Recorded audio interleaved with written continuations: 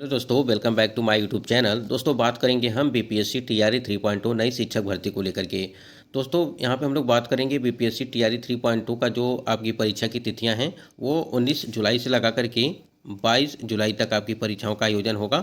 और ये कित संभावित तिथियाँ हैं, इसमें फेरबदल हो सकता है, यानी कि इसमें जो है परिवर्तन जो है वो किया जा सकता है आपकी परीक्षा की तिथियों में।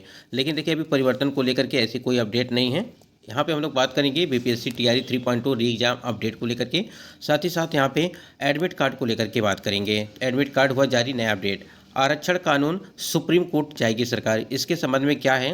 देखिए, यहाँ पे आपको पता होगा कि आरक्षण को लेकर के, यानी कि आरक्षण जो आपका 65% था उसके संबंध में बात करेंगे। तो क्या यहाँ पे आरक्षण वही रहेगा 65%, या जो यहाँ पे पहले आरक्षण था वो चीज़ होगा। तो आरक्षण को लेकर के क्या कुछ अपडेट है समझेंगे। साथ ही साथ सबसे महत्वपूर्ण है कि जो सीटेट वाले कैंडिडेट हैं या स्टेट वाले कैंडिडेट हैं, साथ ही साथ आपका जो डोमिसाइल को लेकर के हम लोग बात करेंगे। तो नई अपडेट है, तो आप वीडियो पर बने रहेगा लास्ट तक। और चैनल पर पहली बार विजिट किए हैं तो चैनल को भी सब्सक्राइब कर सकते हैं। यदि वीडियो अच्छा लगे तो लाइक शेयर जरूर करिएगा। चलिए, सबसे पहले बात कर लेते हैं हम लोग यहाँ पे कि जो सुप्रीम कोर्ट के द्वारा यहाँ पे जो आरक्षण कानून जो यानी कि पटना हाईकोर्ट के द्वारा जो बातें चल रही थी 65% को लेकर के, उसके स्क्रीन पे आप देख पा रहे हैं कि एससी, एसटी, ईबीसी और ओबीसी का कोटा बढ़ाकर किया था 50 से 65%। देखिए, सबसे पहले तो आपको बता दें कि जो आरक्षण पहले था आपका वो 50% था, ठीक। इसको बाद में जो है 65% कर दिया गया था। फिर फैसला जो है यहाँ पे पटना हाईकोर्ट के द्वारा यहाँ पे बिहार का नया आरक्षण कानून हाईकोर्ट से रद्द कर दिया गया है, उसको लेकर के। तो एक नज़र यहाँ पे देख लेते हैं कि पटना हाईकोर्ट ने बिहार सरकार की आरक्षण सीमा 15% बढ़ाए जाने के फैसले को गुरुवार को निरस्त कर दिया।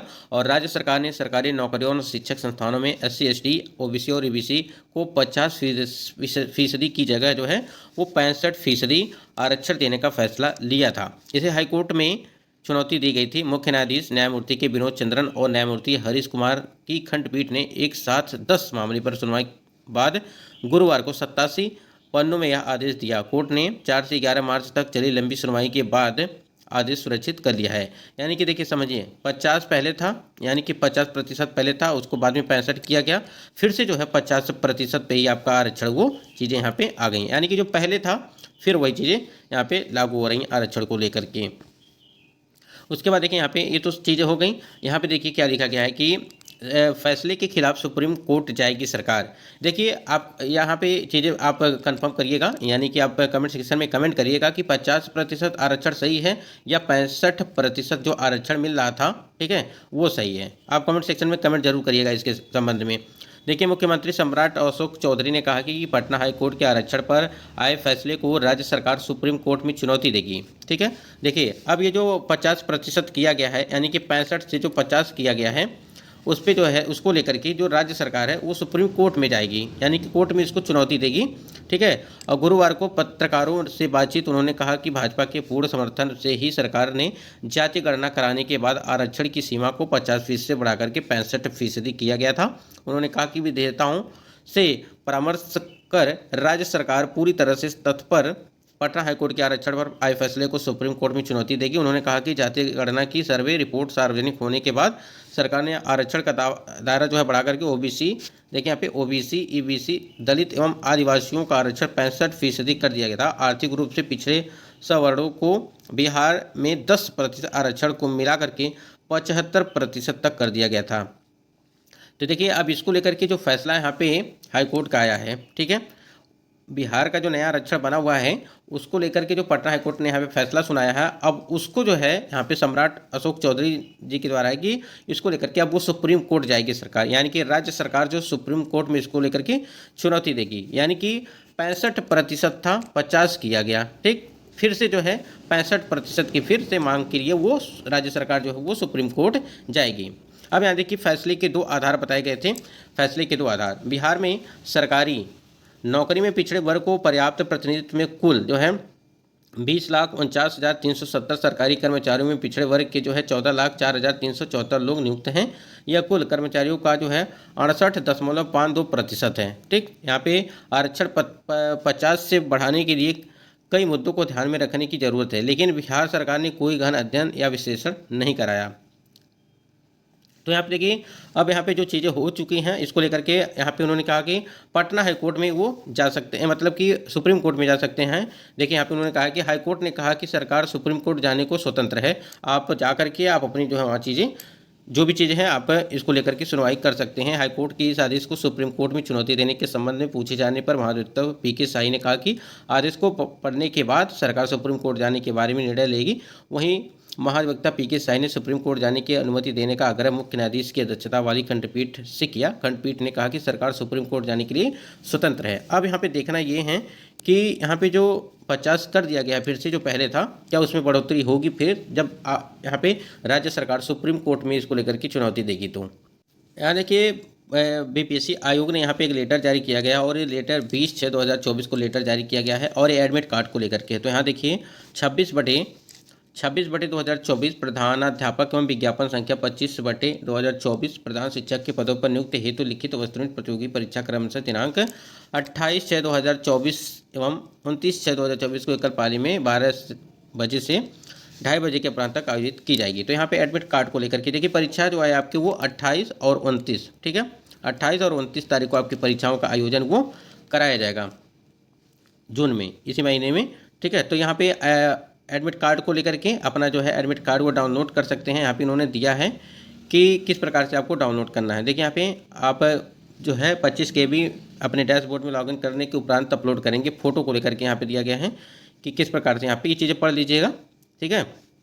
बाकी ये प्रधानाध्यापक एवं विज्ञापन संख्या जो आपका जो प्रधान शिक्षक के पदों पर नियुक्ति हेतु के लिए जो है ये चीज़ें दी गई हैं। तो दोनों की परीक्षाएं, एक है 28 तारीख को, एक है आपका 29 तारीख को। जो भी कैंडिडेट फॉर्म अप्लाई किए हैं वो अपना एडमिट कार्ड जरूर निकाल लें और चीज़ें जो है अपना जिसमें अपना सेंटर देख लें, ठीक है। ये एडमिट कार्ड में अभ्यर्थी को आवंटित परीक्षा केंद्र कोड के रूप में दर्ज होगा, जिसमें केंद्र कोड सेंटर कोड के नाम से जिला अंकित होगा।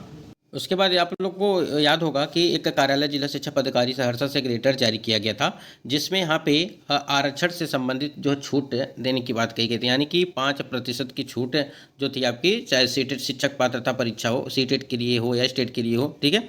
तो यहाँ पे आप देख सकते हैं कि देखिए यहाँ पे लिखा भी गया था कि शिक्षक पात्रता परीक्षा में उत्तरांक जो है 5% का छूट दे नहीं होगा, यानी कि जो अन्य राज्य के कैंडिडेट हैं उनको कोई भी लाभ नहीं मिलेगा, यानी कि अदर स्टेट की हम बात कर रहे हैं, ठीक है। चाहे वो मेल हो, ठीक है, चाहे वो मेल हो चाहे वो फीमेल हो, किसी को कोई भी आरक्षण लाभ नहीं मिलेगा अदर स्टेट के कैंडिडेट को। और आरक्षण जो कानून यहाँ पर रद्द किया गया है, ठीक है, आरक्षण कानून जो रद्द किया गया है अब वो 65 से हटा करके फिर से जो है 50 कर दिया गया है। तो यहाँ पे चीज़ें देखिए बदल रही हैं, कई सारी चीज़ें बदल गई। आप लोगों ने देखा होगा कि डोमिसाइल को लेकर के भी बातें की गई थी कि डोमिसाइल लागू किया जाए, यानी कि जो भी आपकी बीपीएससी टीआरई 3.0 में, क्या टीआरई 3.0 में, 4.0 में, 5.0 में, क्या देखिए यहाँ पे टीआरई अगर टीआरई 3.0 में डोमिसाइल लागू किया जाता है तो उसके बाद से समझिए कि फिर डोमिसाइल हटेगा भी नहीं। अगर जब एक बार चीज़ लागू हो जाएंगी तो दोबारा नहीं हट पाएगी। यहाँ देखिए अटेम्प्ट को लेकर के यहाँ पे देखिए शिक्षक भर्ती में 3 ही मौके, जो 2 बार शामिल हो चुके वे सोच समझ कर आवेदन करें। यानी कि जब बीपीएससी टीआरई 3.0 का फॉर्म अप्लाई हो रहा था और आपको पता होगा कि नोटिफिकेशन में, ध्यान दीजिएगा, जब नोटिफिकेशन में आपको 3 अवसर ही दिए गए हैं, यानी कि बीपीएससी टीआरई 3.0 की भर्ती में आपको अंतिम मौका है, ठीक है। वो अभी देखिए जो चीज़ें वहाँ पे लिखी गई हैं नोटिफिकेशन में उसी के आधार पे चलना होगा आपको। बाकी इसके लिए देखिए शिक्षा विभाग जो है वो निर्णय लेगा कि इसको कितना जो आगे बढ़ाना है, इसको लाइफ टाइम के लिए करना है, क्या करना है, वो शिक्षा विभाग पे ही सारा कुछ डिपेंड। तो देखिए यहाँ पे सीटेट या स्टेट जितने भी कैंडिडेट हैं वो फर्जी तरीके से जो चयनित हुए हैं टीआरई 1 और टीआरई 2.0 में, वो तो बाहर हो ही रहे हैं। उनकी सीटों पर आपको जो है जो आपकी 4.2 की भर्ती आने वाली है उस पर जो है आपका वो भर्ती में शामिल होंगी, जो भी सीटें खाली हो रही हैं उसमें ऐड किया जाएगा।